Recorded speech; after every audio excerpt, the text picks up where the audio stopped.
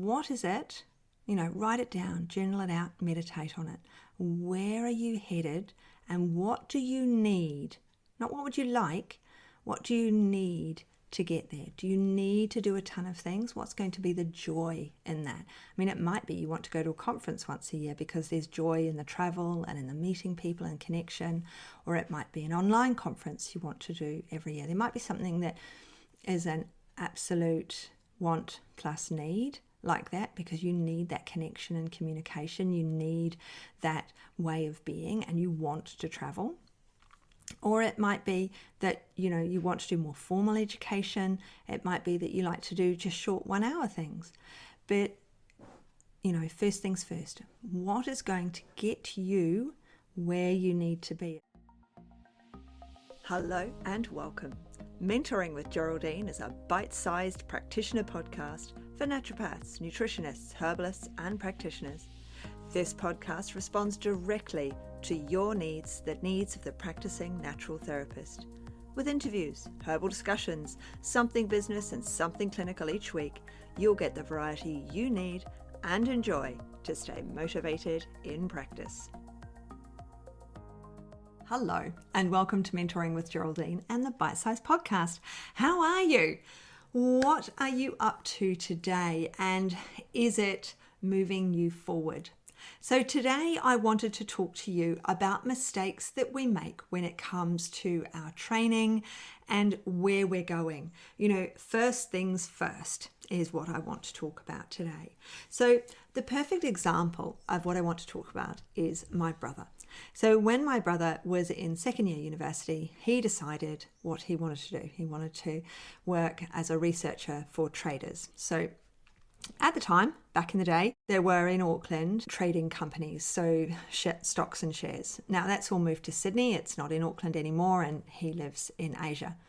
But back in his second year of university, he thought, where do I want to be? What do I want to do? And so he approached a number of companies and said, I'm second year university. What should I be doing to attain this goal? Now, some of the businesses ignored him because he wrote a letter. Remember, no email back then, but he wrote a letter.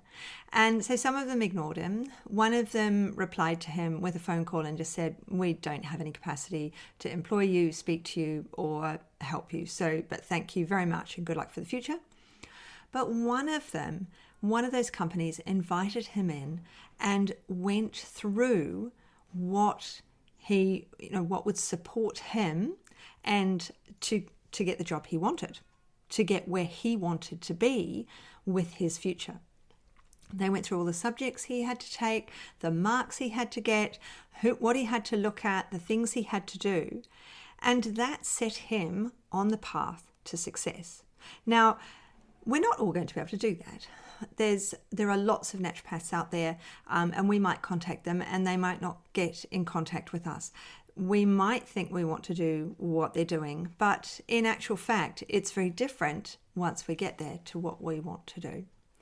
Every naturopath, nutritionist, herbalist, practitioner, we all end up ultimately niching in something. We see lots of people, but we end up niching in a particular area. And so finding that person and getting in contact might be difficult. Then again, it might not. So it's worth a try. But what we have to think about when we're right there at the beginning is, where do I want to be? So while you're at uni or in your first couple of years out, where is it that I want to be in 2 years, 3 years, 5 years, 10 years? So there's a visualization for this actually in Strictly Education and Support. So if you're in the free Facebook group, there is a visualization in there to help you to do this. Because what we really want to do is be able to focus our now onto the future. And yes, there will be changes. I didn't know that I would be doing this online in this way 15 years after I qualified. I knew, however, that I would be helping, supporting and educating because pretty much as soon as I qualified, I joined the local chapter. It wasn't long after the NHAA chapter, the local herbal chapter, and it wasn't long after that I was running it, all of those things. So I know where my strengths are, but I certainly never imagined that I would have a podcast, that I would have, courses, I would have trainings, I would have programs running, I would have a membership like the Academy with all these incredible practitioners in it that I support. Now, certainly I couldn't have envisaged that for 10 years down the road, 15 years, and what is now 17 years down the road. So some things you can't see it in its entirety, but you can see points of that. I knew I'd be educating. I was already educating. I was at a local school here doing educating for them, a public, it's called the WEA, the Workers' Education Association. So I was already lecturing there. Then I started lecturing in the Bachelor of Health Science course after I'd upgraded my own training.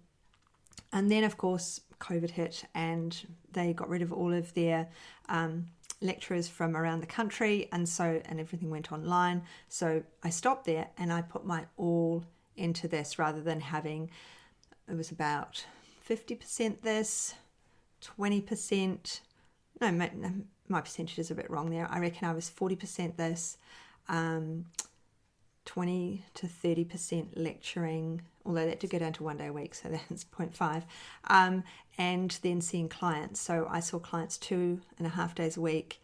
I was lecturing, I was in the city 1 day a week, and so that leaves 1.5 to 2 days to mentor like this. So, things have definitely changed. Things have definitely changed in my life in the last 2 years, because of the pandemic, because of where I was going anyway, because of changes in my own life and in my home.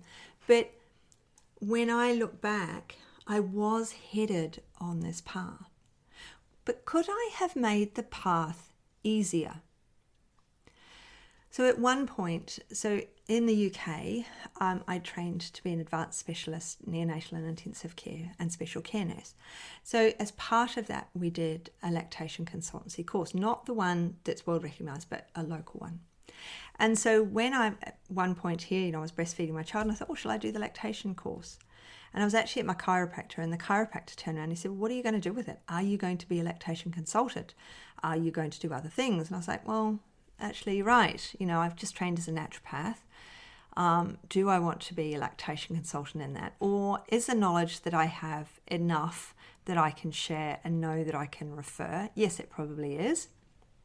I know when I need to refer. And what am I going to do with it in the long term? So taking that moment right back when to go, what areas do I like? I mean, it's your niching thing. And that what areas do I really enjoy? What lights me up? What turns me on, switches my switches to make me do more of it? For me, it's educating, it's teaching. I mean, I love podcasting. I'm batching podcasts. So if you're watching on YouTube, you'll see that I'm in the same blouse for the last, 2, because I'm batching at the moment. Because obviously my flow is there, my voice is slowly beginning to go, but my flow is here, and I'm able to really think about how can I help you more? What more can I put into this conversation for you? In return, I'd love you to give me a 5-star review because you're listening, and that's, quid pro quo and all that. But what is it, and where are you going? Sit down, take that moment, journal it, meditate it out, find in Strictly Education, do the search. It'll be under hashtag Training Tuesday somewhere, because obviously it doesn't matter actually after the day what day it is, does it? But search through there, find that visualization to help you springboard to the future, to help you see where you're going, what's happening, what that future is and how it looks and what it holds. It might be that you're still working in a health food shop because you actually really enjoy it, and you really enjoy the connection and the communication with people, and it's where you get your clients. And at the same, and then, a couple of days a week, at the same time, you're enjoying one-to-one practice. Or it might be that you really enjoy group practice and you're running weight loss, as groups.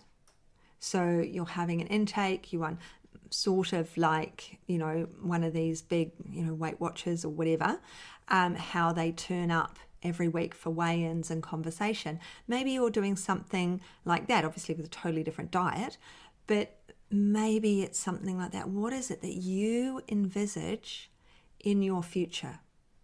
Do you envisage in your future that you will be working only online? I never had that vision because, of course, 15 years ago, this would have been impossible. We were on the telephone talking to people still. So how can you see the progression? So really, first things first. And even if you've been in practice and you're listening, you've been in practice for 20 years, where is your practice now headed? Because I've had to make some changes. My husband's heading into retirement. He wants to travel. He wants us to, and I want to travel too. I shouldn't just say him.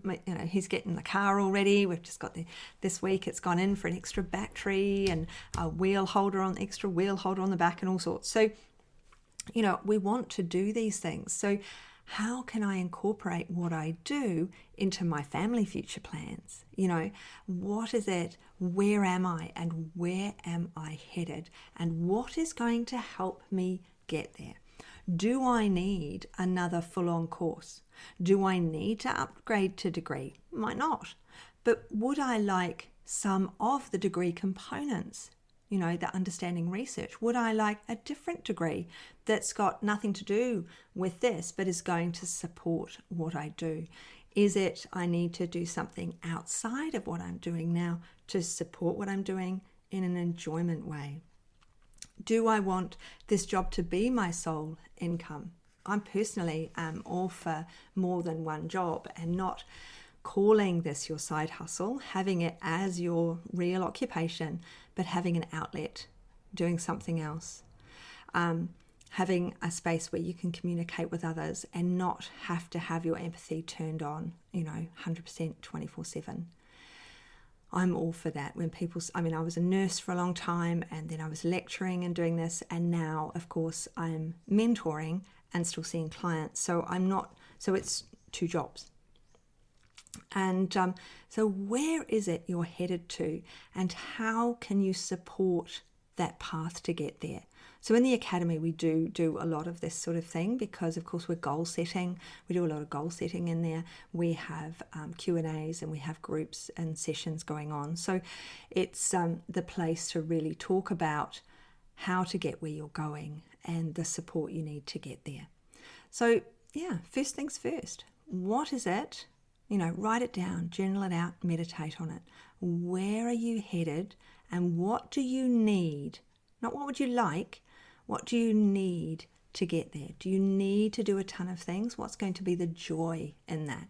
It might be you want to go to a conference once a year because there's joy in the travel and in the meeting people and connection, or it might be an online conference you want to do every year. There might be something that is an absolute want plus need, like that, because you need that connection and communication, you need that way of being, and you want to travel.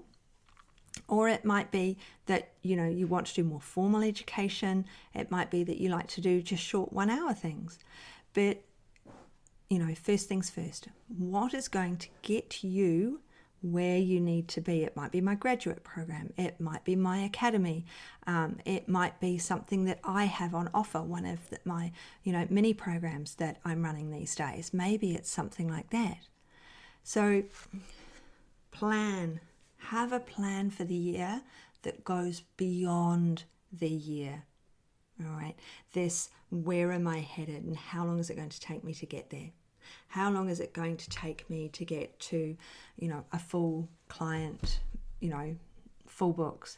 How and what area am I going to do that? And how am I going to enhance my understanding of that niche area? What is going to be the best thing for me? And take your time, have a look around, do the pros and cons of the courses and of spending that money. Are you putting money aside for your life and your future as well? Do you have a pension fund, for goodness sake? Little things like that. But first things first, where are you headed? So thank you for joining me today. It's been lovely to share with you. If you've got anything, email me. Geraldine at mentoringwithgeraldine.biz, because I'd love to hear from you. I'd love your feedback while you're listening. You're really thinking about what's going on, but are you writing it down? And are you feeding back? Are you making yourself accountable? So, I'd love to hold you accountable in the group. I'd love to know what you're up to and where you're headed.